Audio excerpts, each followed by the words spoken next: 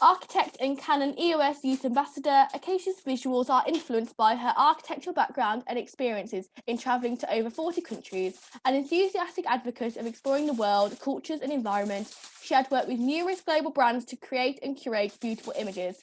Currently, Acacia heads her own creative studio where she strategises branding and design projects and works closely within the architectural, tourism and hospitality industry.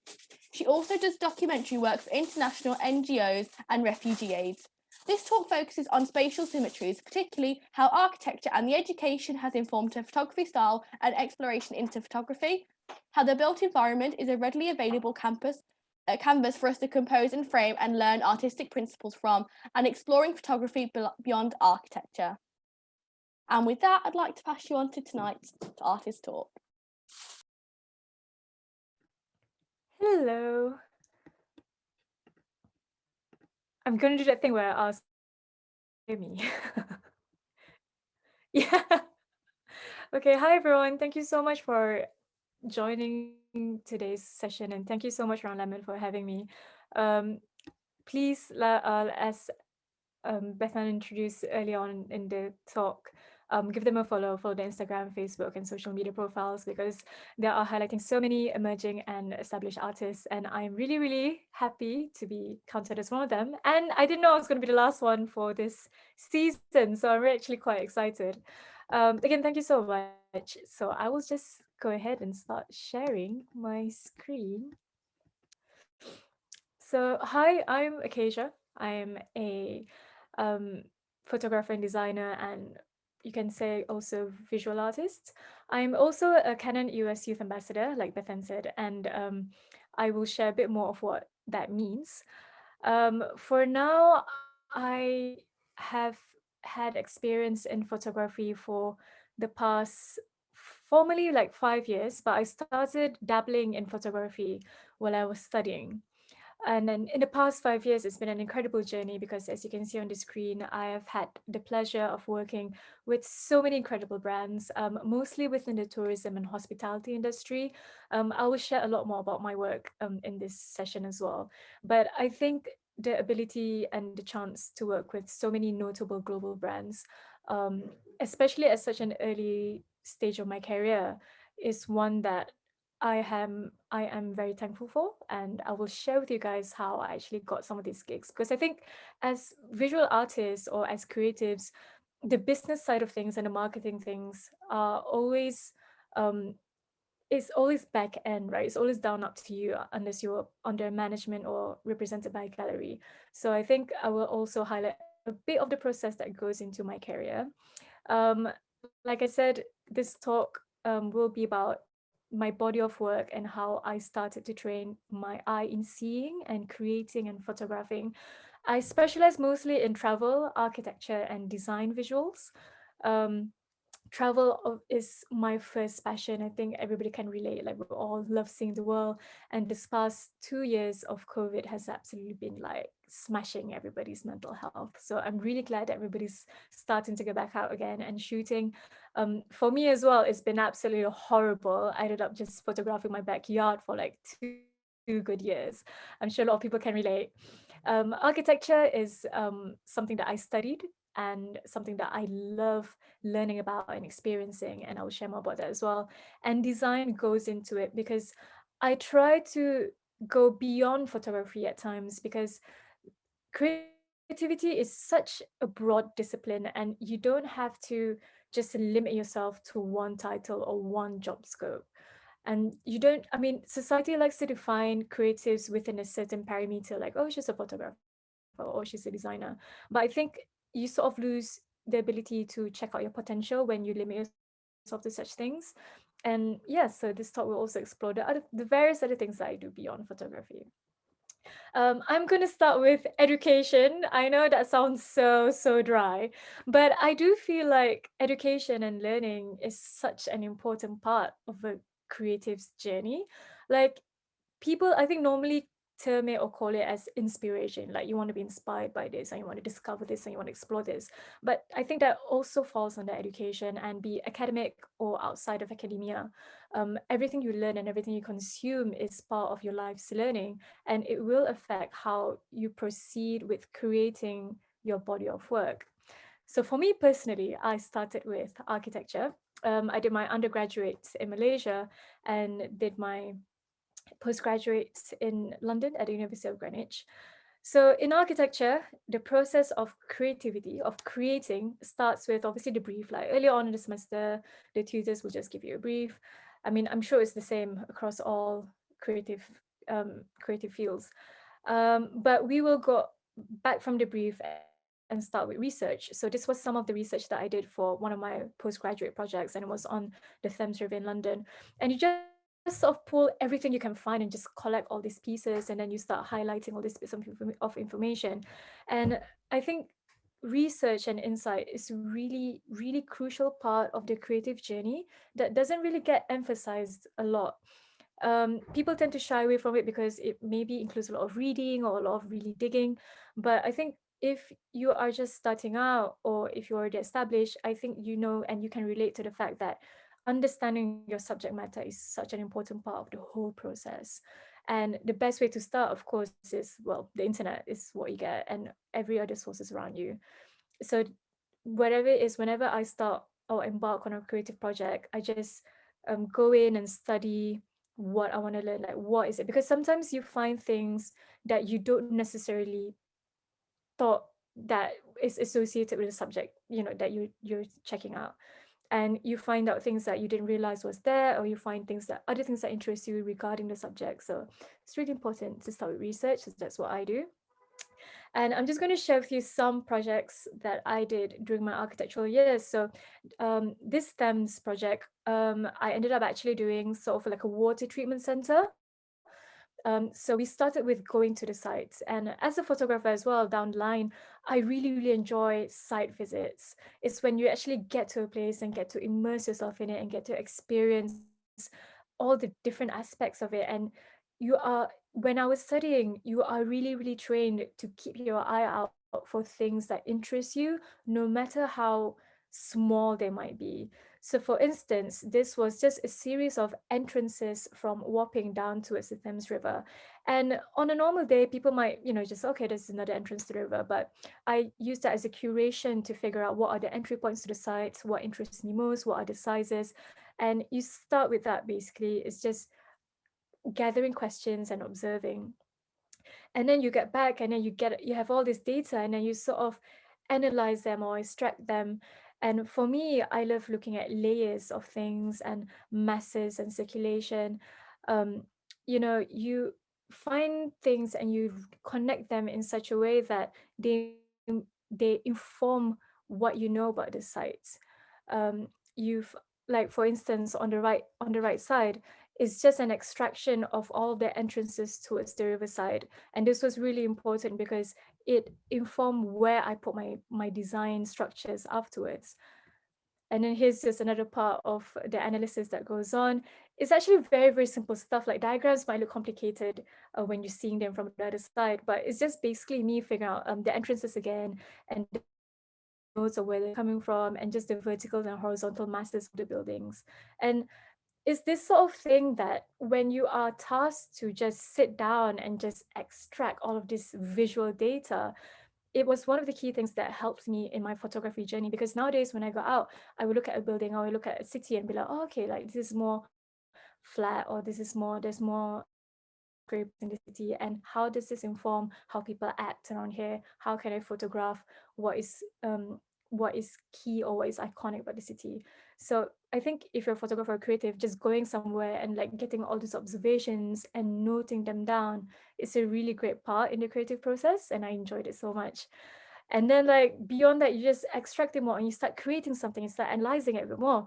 And for me, it starts with sketches, and you do collages, and it's all these bits. Like, besides the entrances, you can see like there was these cranes that just interested me, because I'm like, what are you doing here?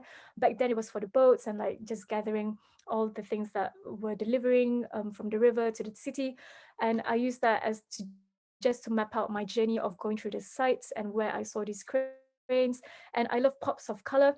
So it was just, it doesn't matter, like sometimes the smallest, simplest things might not seem that important, but if they interest you as a creative, you owe it to yourself to just explore where it might take you, even though you don't know like what's this for. And just like the process of collaging, and even though it looks kind of like, to you it looks like nothing, or to other people it might just look like a mess, if it means something to you and if it helps you with your thought process, it's really cool. So yeah, so all that became this sort of water treatment center, like I said. And you can see the influence of colors that I had from the cranes, and I used a sort of industrial language to make this platform where water just went through the platforms and get treated.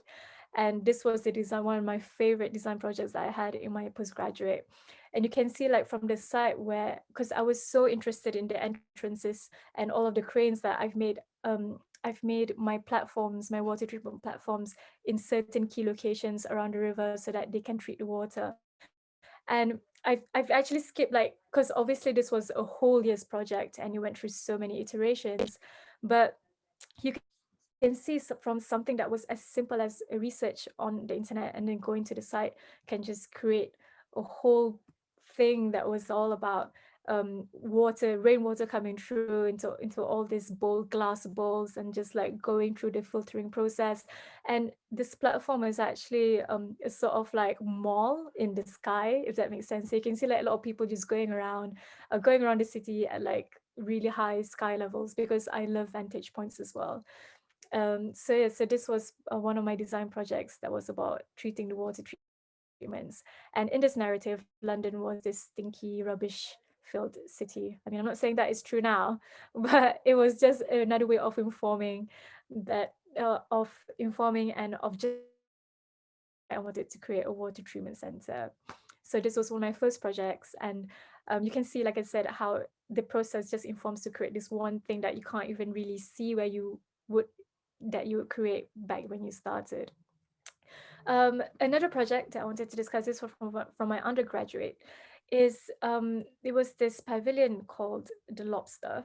Well, it was inspired by Lobster. So the tutors were like, okay, just get an object or get an animal and, like find out what you can do with it. So I just, for some reason, I think I was going through a Little Mermaid phase, and I really liked Sebastian, the character. So I just said, okay, I'll figure out what I can do with a lobster. And it was, I went through the process of making all these tiny, tiny models that just extracted how a lobster moves, and the shell of a lobster and the patterns of a lobster. And this took a good like couple of months, because I was just making all these little iterations of models to just study movement and patterns and shapes and curves. And it goes along with sketches as well. And I think that's also a great prompt for whenever you have a creative block, like just find out an object and see what you can extract and study from it. I think whenever I get a creative block, or I just get so tired from photographing, I just go and find other sources of inspiration and see what I can study or learn from it. So these are some of the other models that came within part of the process, and you can see how I experimented with materials as well. And I really like the shininess, because in the Disney movie, I don't know if any of you can recall, Ariel, the mermaid, she has this treasure cave where she keeps all these human things, all these shiny bits and bobs. And I like that narrative of the shininess being something that was a treasure. And I injected that into my project just to give it a bit of spaz, basically, because why not? Yeah, so it was a lot of weaving and trying out different patterns and photographing it and seeing how the light reacts and how it can affect how we see the patterns, you see. Because this project eventually ended up being a sort of pavilion, like a woven pavilion that people can sit on and go around on and walk through. And it was just like a very, very basic undergraduate project for a small structure.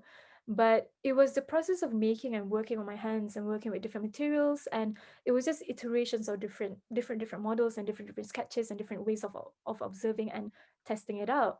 And it helped me. Oh, sorry. somebody asking a question. Again, if you just want to ask questions, just go for it. Like, I feel like I'm just like giving a lecture here. So anyway, if anybody has questions, just ask. So yeah, so this project was really interesting because I really got the chance to work with my hands. And when I started working with my hands, I had a deeper appreciation, like I said, of how materials really matter in how we perceive our context and how the scale of things can really affect as well, like how we perceive our context, like I said. And this model was actually pretty small. Like it was made from aluminium strands, and it was basically on a platform that was about like 10 centimeters long. But when you insert scales of people and how they can interact with that, it becomes a whole other thing. I learned as well like the importance of scale in any creative art, because you get a sense of perspective to what you want to do. So yeah, so this was one of it. One of my last and favorite projects I did in my postgraduate is a study on my hometown in Malaysia. I'm Malaysian, in case you didn't know. It was about establishing a parliament somewhere in the capital of Malaysia, in the capital, one of the parliamentary capitals, Putrajaya in Malaysia. And one of the ways I did was to extract the buildings that were present around the area. So in the first project, you can see how I went to that space and I observed and I extracted from my observation. But during this project, I was pretty far away from home. So it was a lot of online research and Googling and just trying to extract what information you can from the internet. So I've been to the site, of course, but it was a whole other experience to just working really far away and virtually. And one of the ways that I did it was because the project wanted to emphasize how people identified with the site, as in what what what informs cultural identity, what informs parliamentary identity. And all of these buildings are actually ministries around in the capital. So you can see how I just like took out all these buildings and analyzed the architecture that went with it. And just so you guys know, the architecture in this area is very influenced by Islamic style. I think Malaysia tries to emphasize that being a Muslim country, and involves a lot of symmetry and a lot of very, very fine details and carvings. So this was the beginning of this project, how I started. And Malaysia also has all these beautiful traditional carvings. So I tried to incorporate that into my design as well. So I started extracting them and mushing them back into different objects. And unlike quite like how I did it with the Lobster project, but this time I did it in 3D. So it was just extracting various different parts of, patterns and like symbols and like carvings and just mushing them back up together, because that's a way of discovering your visual language, your creativity as well. And you can see how I extracted and just made all these different forms, and they look very, very ornamental and very ornate. This eventually became various different structures to my design project. It was a nod towards the Malaysian cultural heritage, because I wanted to create a sense of connection to our historical and cultural identity. This is called the tiang seri. So like traditionally in Malaysian houses, there's this one column right in the middle that is very, very extravagant. They don't really do that now because we have bungalows and stone terrace houses, but I wanted to bring it back for this project. But I used carvings that were from my discovery, from my research, and I just mushed it back together in a whole new different language. And so building this city, this fantasy parliamentary cultural identity city, I started to build the 3D and then extracted various views around it. And this exercise actually really helped me as a photographer later on, because when you are presenting your work, obviously you want to show the best view and whatever that may be. And it does include a lot of experimenting and figuring out and maneuvering and just like playing around with what you've created basically. And it doesn't necessarily have to be finished, because actually this was during halfway throughout the project when I was still like mushing things up and building things. And you got to zoom in, you get to zoom out and just inspect your work. And I think in any creative process, the point at any point, halfway points or even before it's finished, it's really good to just look at your work and regard it as something that is regarded as what it is at that point, and questioning yourself, like, how can I make this better, like what views can I look at this, or how can I present this in such a way that makes people more understand it a bit more. So that was what I did throughout this whole project. Eventually we presented the final works, and it was just this whole a valley of fun structures that were related to Malaysian carvings and culture. You can see right up there is this traditional Malaysian kite that people still fly in the East Coast, and you can see various structures that were made from the carvings that I had studied. And this was all basically homes and parliamentary buildings that were really giving a nod to Malaysian architecture. And so that was an outside view, but you draw people in deeper into the project by bringing them into various all these small spaces. Like for example, this is something called the Bunga Api Pavilion. Bunga Api meaning firework in Malay.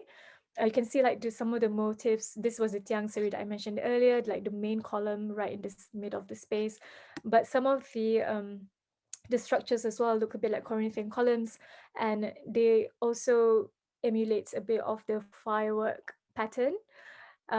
Yeah, so this space is basically just like a terrace for people to enjoy playing games and meeting the community.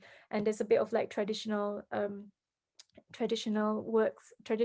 play games here as well, like Batu Seremban and like something called Dam. I don't know, like chess. No, it's not chess. It's some checkers. I think that's it. Yeah, checkers. And you can see how I've actually hand drawn these people, and like I said, it's all mixed media. It's all how you choose to present things, and hand drawing things into your work is one way to make it your own, because you are creating it from scratch instead of just like taking ready stock photos from Google or whatever. This is another view of the project. This is the dining hall fundraise. Yeah, it's called the Kanduri Hall. Kanduri meaning feast in Malay. And like I said, it includes a lot of very ornate carvings that were just blown up. I really enjoy playing with scale as well, because scale is such an interesting way to make people feel a bit um a bit more a bit more affected by the surrounding. And I use a lot of pop colors because I think a happy place, and I think a happy place really could use a lot of vibrant colors. I think that was the message I was trying to get across. Yeah. So this was, yeah, Come Pop, I think. And beyond that, so just wrapping this project up. So you can see how from the carvings and from the research of the place, I took various views like vantages, and then going into the sites and then getting a whole building itself. You can also just go completely out of it and just create something abstract. So this was an abstract rendition of the whole project. And it might not really even mean anything, but it just gives you a sense of the place. Like you can look at this and sort of be drawn into what exactly is going on. It's a bit like a kaleidoscope, like a bit like a maze as well. And there's all these little moments that are happening in this abstract architectural rendition. And like I said, just playing around and just mushing things together and taking it apart and zooming in and zooming out is such a wonderful part of the creative process. And it has really, really helped me as a photographer. So if you're watching this, it really, really helps the visual process. So that's abstraction. So you can see how in my creative process, it always starts with, well, research, but it's the place and the subject, and then how I interpret it. The interpretation comes from what you find, and then from interpretations comes the creation part. So generally, my process with that, so that was with design, but I've also applied it to my work nowadays. When you create something, you own it and it becomes something that you bring out into the world. So the process is a really key part in how you establish yourself and your own visual language. So yeah, so then during my studies as well, so this was all through architecture. One of the big aspects of my education was site visits and photography, like recording the sites. So I used up a lot of my free time during my studies to just go out there and just like travel around Europe and just start photographing things and recording things from, well, it started for my own enthusiasm, but eventually it became like a whole passion that made me realize how much I love doing photography. And you can see, like, whenever I went to a place, I would bring my little sketchbook and just like extract moments or sketch moments from a place that I really, really enjoyed. So that was what I did with throughout my whole architectural career. And this whole thing has basically been the foundation of how I went on and graduated and proceeded with pursuing a life in photography. Yes. Oh, just to mention as well, like aside from the sketches, I think a lot of architecture students would be, would go out and do it. I also did a project called Acacia. So it's whenever I go to a place, I would just mark like in my sketchbook that I have been there. So this is like, I think, a couple of years accumulation of places that I've been to. And this project was so fun because it had nothing to do with what I was studying. It was just me exploring another area of interest. And it actually helped boost my confidence in travel, in sketching and design, and in photography as well, and in extracting moments from places that I've been to and sharing it out with the world. So when I started sharing this project out, a lot of my friends were like, "Oh, this looks so interesting, and please keep doing more." And I think back then when I was younger, I think it's such a nice way to share what you love doing and get feedback from people who are responding to the project. So I think that's one of the best parts of social media, that you can just post something, and if it's something fun, people will react to it. So this became a whole series that informed my journey as a travel photographer as well. So yeah, so that was education. I don't know if any of you have any questions or have any comments on that part, or that I can just like go on. I don't know, Bethan, Andrea. Should I just? Okay, I can't really hear what you guys. I don't know, Bethan, Andrea, you're nodding. Should I just go on? Yeah, go Okay. for it. We can have a Oh little yeah. Q&A question session at the end. Um. Yeah. So we go from education to practice. So education was a lot of explorations basically, but my practice in photography, because I decided to, well, not exactly jump ship, but sort of pursue my interest in photography more so than constructing or designing buildings per se. So when I graduated, I went back and enrolled in a training program with Canon Malaysia. So it was this program that took youth from all over the country in Malaysia, for an 8-month training program. So every weekend, we had a sort of class that focused on various photography aspects: portraiture, streets, landscape, photojournalism, and were graded every weekend. And how I found out about that was, they just posted it on their social media. So I think, like, if you are looking for opportunities, honestly, like, following brands' social medias and open calls and just being actively searching for those is such a good way, because you never know what might come, and you never know when somebody's doing an opening that could be the break for your career. And actually, for Canon, for me, it was this training program with Canon, because, to be honest, like I showed you during my during my educational years, I was just doing a lot of it for fun. It was just like, I was just like shooting, taking photos and sharing them on Instagram. But when I came back and actually started training, I actually realized how serious and how much skill is useful and required to really push yourself up to a different level. So after the 8 months, myself and 6 other Canon US Youth Ambassadors were chosen. And it's so interesting because in this photo you can see 6 of us. So I specialize in travel and architecture. There's Anis Lin, so she specializes in sports and humanitarian photography. There's Sam and Ruben, and they do a lot of commercial and product shoots. There's Bharathan, and he does events and weddings and things. And there's Rhiannon, who does abstract photography. So you can see, like, the breadth and the diversity of photography works that you can get from just one cohort. And, like, it's not that we are limiting ourselves to our genre, it's just that I think while you explore so many different ways of creative outlets, it's really, really good to just also specialize and find your niche, like find what you are really good at and what you love doing, and just push yourself to your best potential in that field, in that subject. So as a Canon US Youth Ambassador, I do a lot of events with them. I host workshops. I participate in exhibitions as well, and we go for road shows. So it's a really interesting part as an ambassador to just help promote Canon to the youth, especially.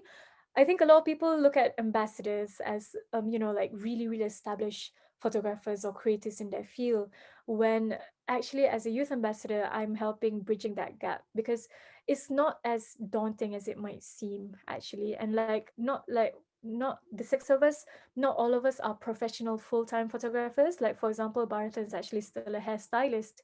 He's a hairdresser back in Malaysia. So I think when when you have a passion, you don't have to have a full career just specializing in that, is what I'm saying.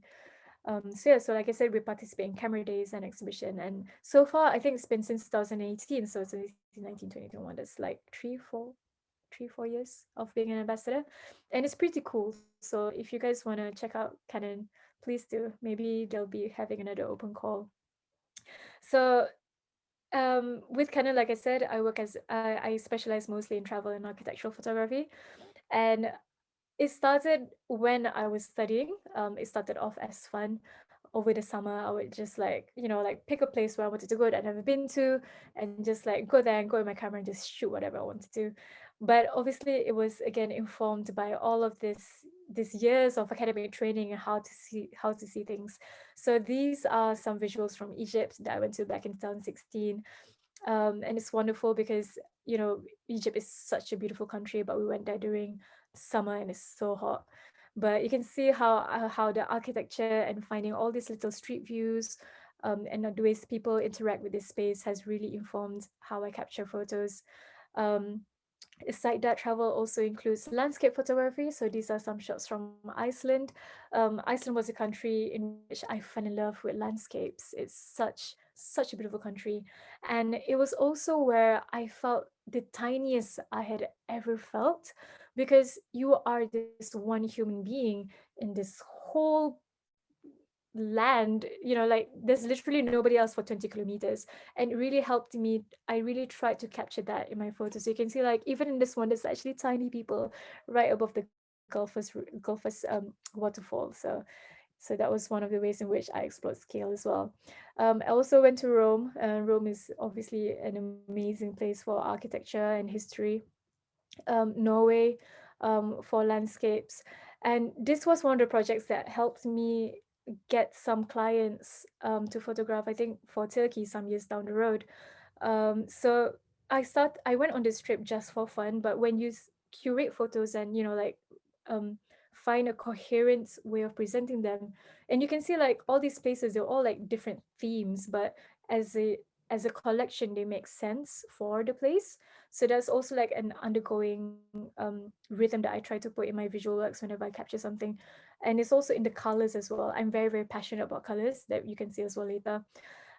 This is from Valencia. It's more architectural. I went there like during a 4-hour train ride just by myself on a solo trip, just to check out this place. And it's such a beautiful place. If you ever get a chance to go, please do. This was one of the trips from which I fell in love with photographing architecture. Calatrava is one of the best designers in the world. You can see a bit more of his work that I will be sharing in a bit. And this was Nepal. This was one of the last travel projects that I did before COVID hit. And Nepal is just this spiritual, mystical country that was just so magical. And I shot this for a magazine as well, so you can see how you just really try to bring out this sense of place. And I hope looking at these photos sort of like gets you, like inspired to travel because to Nepal, because it's so beautiful. And then, right, couple more. Here's a couple of series from Maldives. So I was here to photograph a hotel in Maldives with clients, and I again it's all in the usage of colors and like diversifying the views. So you can see like for some it's all like aerial views, and for others it's just capturing all these little moments that happen within the work trip, like just like gazing out into the sea or like looking out into the windows. I think all these little things that people often overlook are some of my favorite subjects, some of my favorite moments to photograph. And then I also have worked with tourism agencies. So tourism agencies and tour groups, one of which is Awesome Adventures. So they went to Palestine. We went to Al-Aqsa, and this was such an interesting trip because it's a very, very difficult place to get into. But as a travel photographer and somebody who is associated with the tourism agency, you get to see all these places that you would not normally get to if you were just traveling on your own. Um, so yeah, so these are some architectural photos and photos from the trip that I took during the Palestine trip.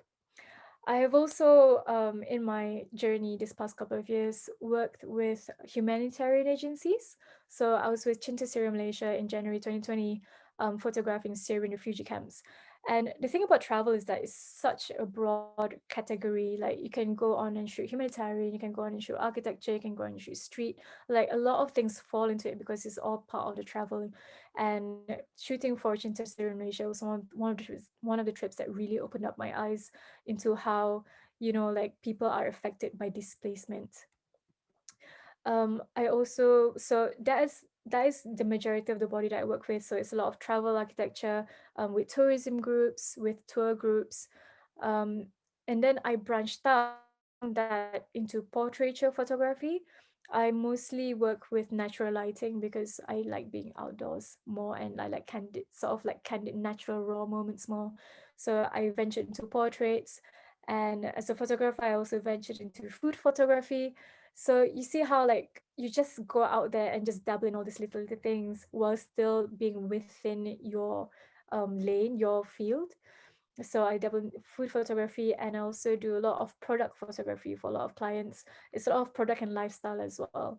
So all of these little branches of photography are things that have informed me the way I work. Like for example, the way I shoot product photography has informed the way I shoot humanitarian photography. Like it's a flat lay. It's literally a flat lay in the middle of a Syrian refugee camp. And it's just how they all just cross over and inform how you can capture and curate your body of work. So I think the more subjects you photograph and the more sort of ways you explore your creativity, it just helps you in building a body of work that is more unique because that is how you see things.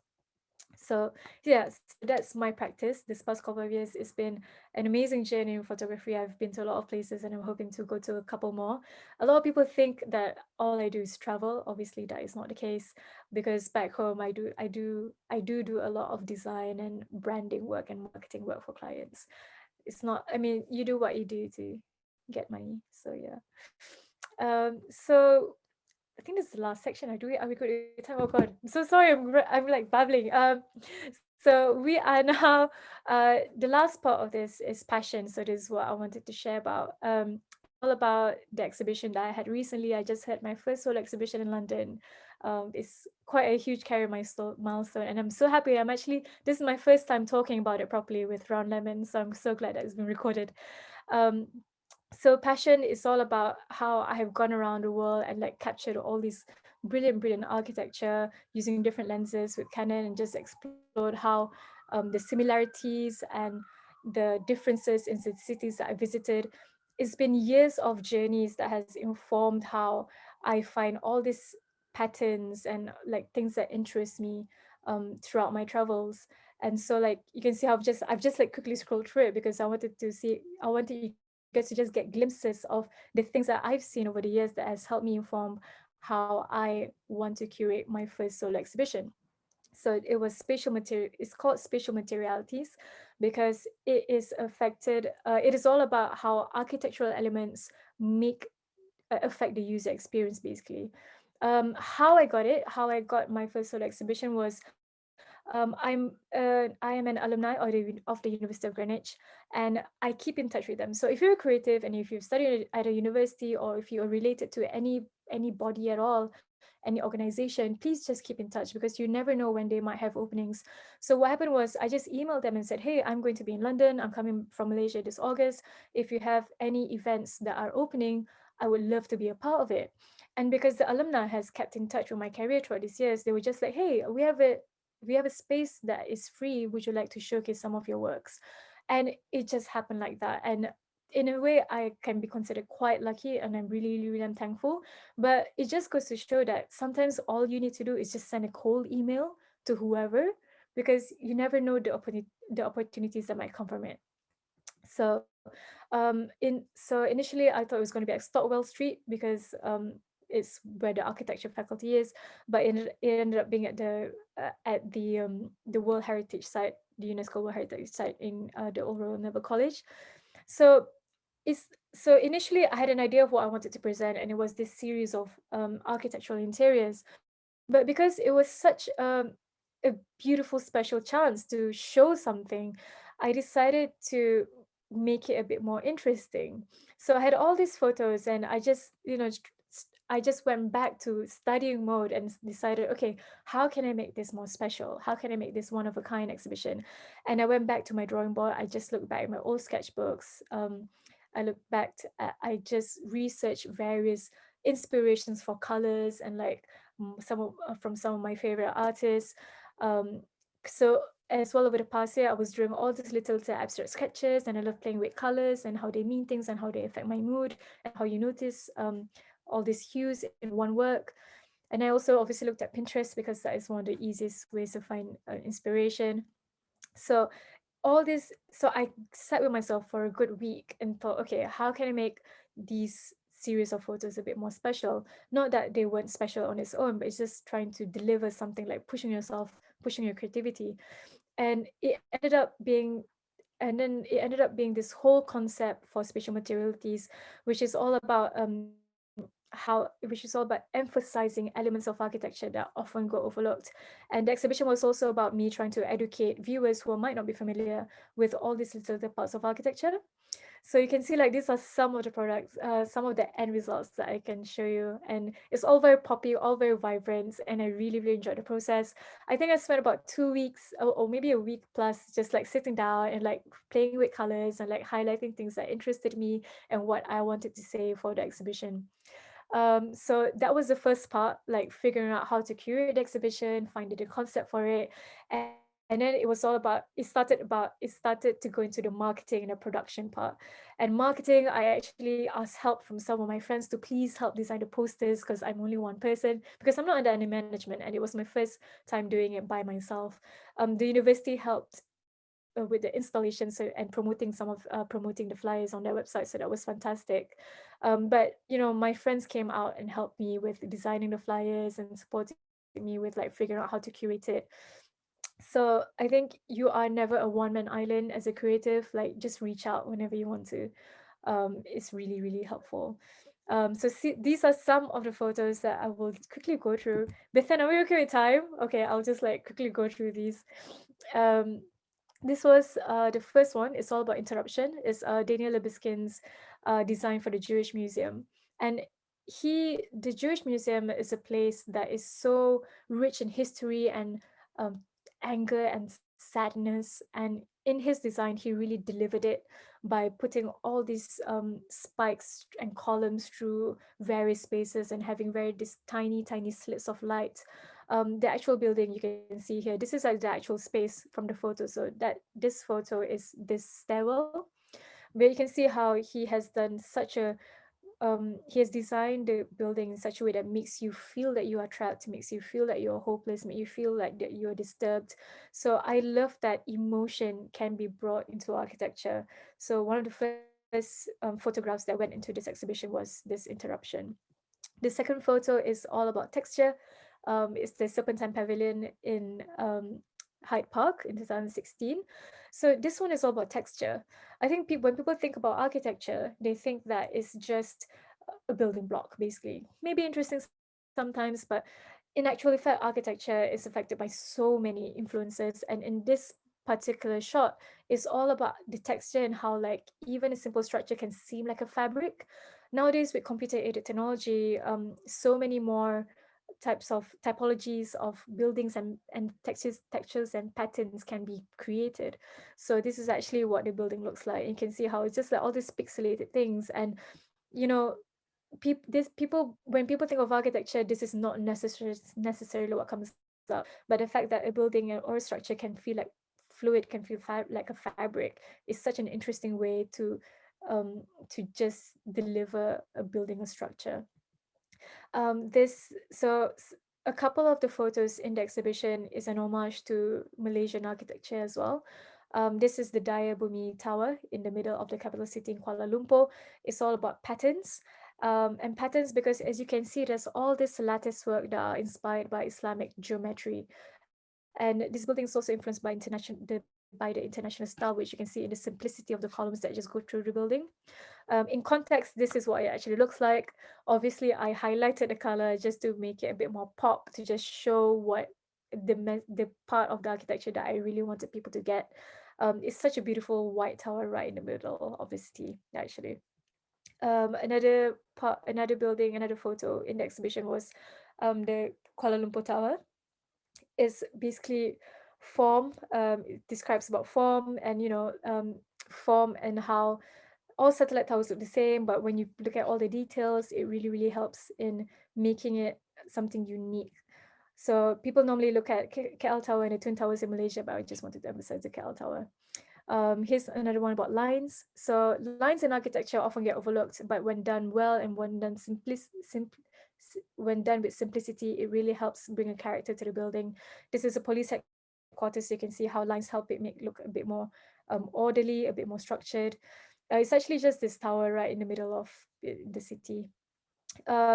We go through some of the photos. Ornamentation is the ceiling of Sagrada Familia by Anthony Gaudi. Ornamentation in architecture is so beautiful because you get to explore images and carvings that you don't necessarily get on any other normal building. And Gaudi, the architect, is such a brilliant guy who who is a master at designing this. This building obviously is not completed, but the fact that he looked at a church and decided to make it look like a canopy or a forest of trees is a brilliant way of interpreting how you want to build something. This one is about light. I think light and shadow is an external part of architecture. So when it affects a certain building throughout the day, you experience it in such a different way. And this is a corridor in a museum in Turkey. It's actually a huge structure, and like we're actually very small, and we spent the whole day there. And so you could see how the light sort of changes around the corridor throughout the day and how it just transforms the space every hour, and it was so amazing. So light in architecture is a brilliant part of how architects and designers can help people perceive the space. One of the last few ones is Symmetry. This is Bath Abbey in Bath in England. Symmetry in architecture is a very simple concept, but I like how it's such an intricate Gothic building. But I did this artwork by hand, so I traced all of the structures by hand. And what I did was I just flipped it, and it was actually a perfect flip, like a perfect reflection. So it's actually almost a perfect symmetry. And when in normal Gothic buildings, symmetry forms such like an important part of how the place is designed. So you can see how it's in harmony with the rest of the structure here. The last few ones, this is all about repetition. It's a church in Iceland. Something so simple can help make a building look more orderly, more light, more calm.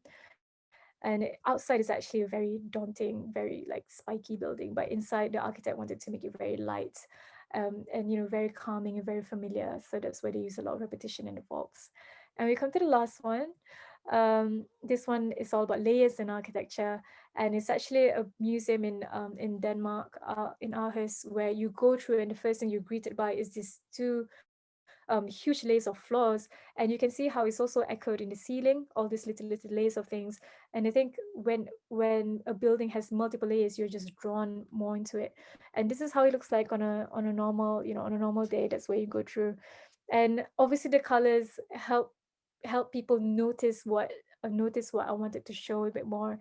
And it's all these little things that when we go through our daily lives and go and look at buildings, we just observe it on surface level. So this exhibition really was about highlighting all these moments in architecture that people don't really notice. So yeah, we go through. I mean, after curating it, I went ahead and like put it up, and this is the exhibition space in Old Royal Naval College. It was, I think, about 70 by 100 meters on aluminium print, because we didn't want the reflection. So these are some of the photos, and since it was my first solo exhibition, it was up to me to help promote it. So I worked with Canon Malaysia. I invited a lot of guests to come. I posted on Eventbrite. So as an artist, you also have to push yourself to market your own work and just get it out there, because not a lot of people will be necessarily listening. So you have to make sure that you get the word out. I hosted artist walkthroughs and had guests over. So, and at the end of the exhibition, I managed to sell some of the prints, and it was just a really interesting process throughout the whole thing from A to Z of how this first solo exhibition happened.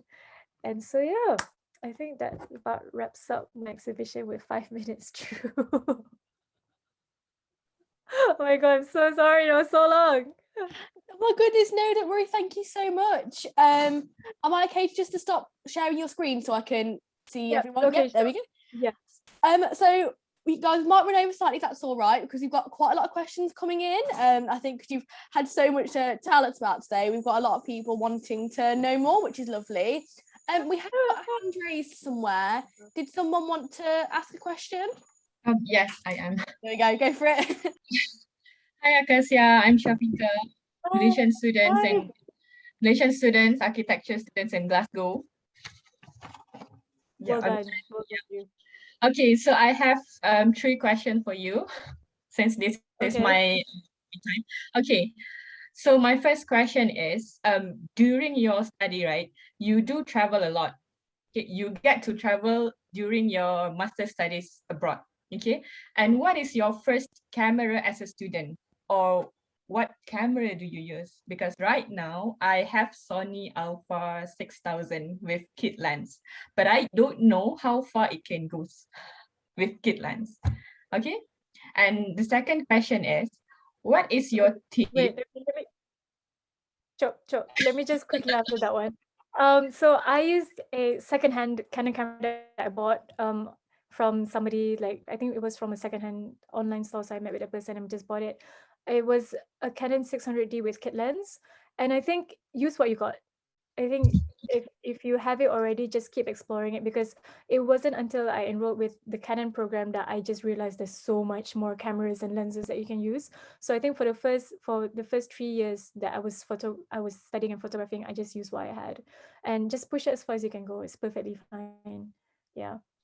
Okay. What's the second question?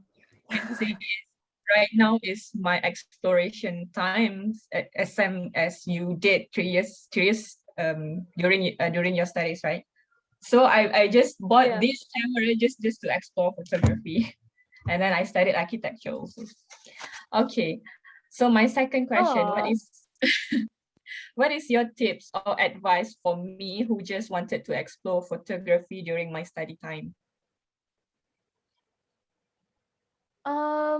I think the best advice I can give is photograph what you love. Like it doesn't matter if it's just like birds or flowers or people.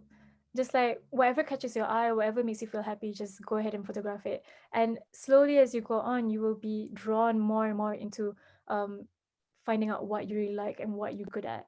Like for me, it was landscape and architecture. It could have been portraits, but I only tried portraits in the past couple of years. So just go ahead and just go with what interests you. Yeah. Okay, will do. Okay, so my last question. Okay, so before you joined the Canon Ambassador Program, as you have decided to get serious into photography, do you really join any photography competition just to show up yourself? No, I didn't. I was just like happily posting on Instagram, like la la la la la. So I think Instagram and Twitter really helped me gain confidence in what I was doing, because people were like, "Oh, this is not bad. You're like not bad at photography." And I was like, "Oh, maybe I'm not bad at photography, so maybe I should join this thing." So I mean, get friends and get a support system. I think they would really help you. Like if you have a good support system who help you with your interests, I think you will be more propelled to just go on. Yeah. So no, I didn't. Yeah. Thank you, Acacia. Nice to talk to you. Thank you so much for joining. Good luck with your studies and exploration. I look forward to seeing your work. And if anyone is keen on boarding and building like a support system, feel free to drop any like links to websites in the chat, links to social media. We'd love to see what work you're creating as well. That's the whole point of Round Lemon, is making a community of emerging creatives. So feel free, anyone who's in this call today, to drop any links into the chat. Got another question here. Have you ever thought, so this is about your architecture final MA projects. Oh my God, okay. Have you ever thought that the concept would be applicable in the real world, and how do you see it? I'm not sure which one this is. Is he asking about the final festival one or the water treatment one? I'm not sure. But I think with my design projects, it's all speculative narratives. It's all about figuring what could be maybe 50, 100 years into the future with the technology that they might have then. So most of my projects are speculative, but it does raise questions on what you can do now and how we can affect what might happen in the future. Yeah. I hope that answers the question. Your architectural collages are absolutely amazing. What kind of software do you use to create them? Oh God. I actually just use I was using SketchUp and just Photoshop. It's amazing what you can do when you just have SketchUp and Photoshop, and when you're really good at colors. I love colors. So yeah, SketchUp and Photoshop. But I think nowadays with Blender and with 3D and Rhino and 3ds Max, I think you can do so much more, honestly. So yeah. Do you have a favorite photograph you've ever taken? Oh, how do you answer that? But like honestly, like I do have a couple of favorites. I think most of them were from Iceland, actually, because I think that was one of the few trips that really, really made me feel like I love photography, because this place was so beautiful. So maybe some of the Iceland photographs, maybe. Yeah. How do you convince your subjects to pose for you, especially if they don't speak the same language as you do, for example, when you're traveling?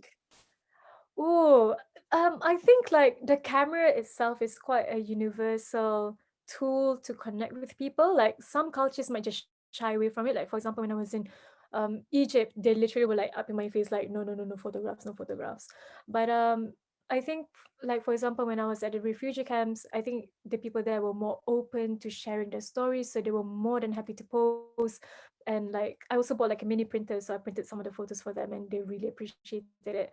But basically, like you just, I think being polite about it is one of the best ways to go. Like you just be like, hello, can I take a photo? Beautiful, and like just explain a bit of yourself, like however much you can. And I think people will just recognize that. And if they don't want to, then don't force them. Unless they look like they want to, but they're just shy, so you just like keep pestering them until you get a shot. How do you choose your subjects? What attracts you? And what is your favorite lens? How do I choose my subjects? It's basically what catches my eye. What attracts me are very, very pretty, interesting, beautiful things.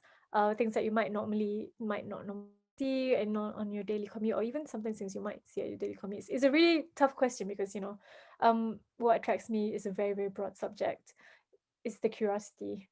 And what is my favorite lens is probably the Canon fisheye.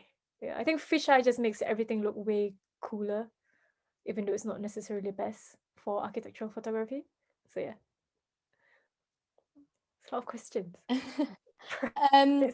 This is just a question from a Round Lemon perspective. We work with so many emerging creatives. So do you have any advice for any creatives who are just starting out with photography, who are, want to pick up a camera for the first time? Where do they start, with that whole process of maybe getting to a place you are now, of having like a solo show and doing so many amazing like brand work? What advice would you give that person?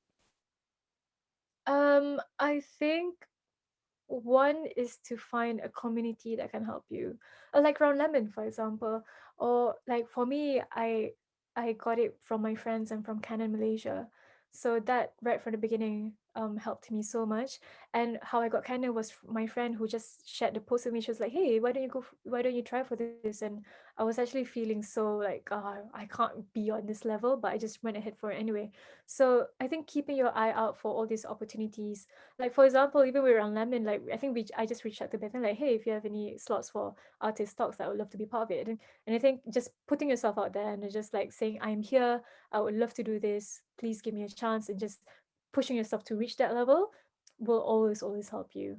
So yeah, I think that's my main advice. Just believe in yourself and like put your work in everywhere, everybody's faces. Do we have any final questions from anyone watching tonight? No? Okay. I think this has been such an amazing talk and such a great one to finish off the series with. It's been so lovely to hear all about your practice, and thank you so much for joining us tonight. Thank you so much, Ron Lemon. And I think whoever's watching, please follow on Instagram and Facebook and the website for any upcoming events and opportunities. And where can we find you if we want to look at more of your work? Oh, yes, it's on Acacia Diana. I think you guys have tagged me on Instagram as well, right? Yeah, so please follow me on Instagram. I also have a YouTube account that I'm slowly starting to get back up. Great. Well, thank you so much, everyone, for joining us tonight. It's been such a lovely evening. We've got obviously the open call coming up. If anyone's interested in submitting video art, you can find that on Round Lemon. We've got a few other little bits and things coming up, so make sure you give us a follow, keep an eye out on our website to see what we're doing. And if you'd like to get involved more, just drop us a message at any point and we'll find a way to get you involved. So great, thank you so much, and I hope you all have a lovely evening or day wherever. I think we've got people all around the world tonight, which is so lovely. So hope have a great day, evening, morning, and we hope to see you again all soon. Thank you.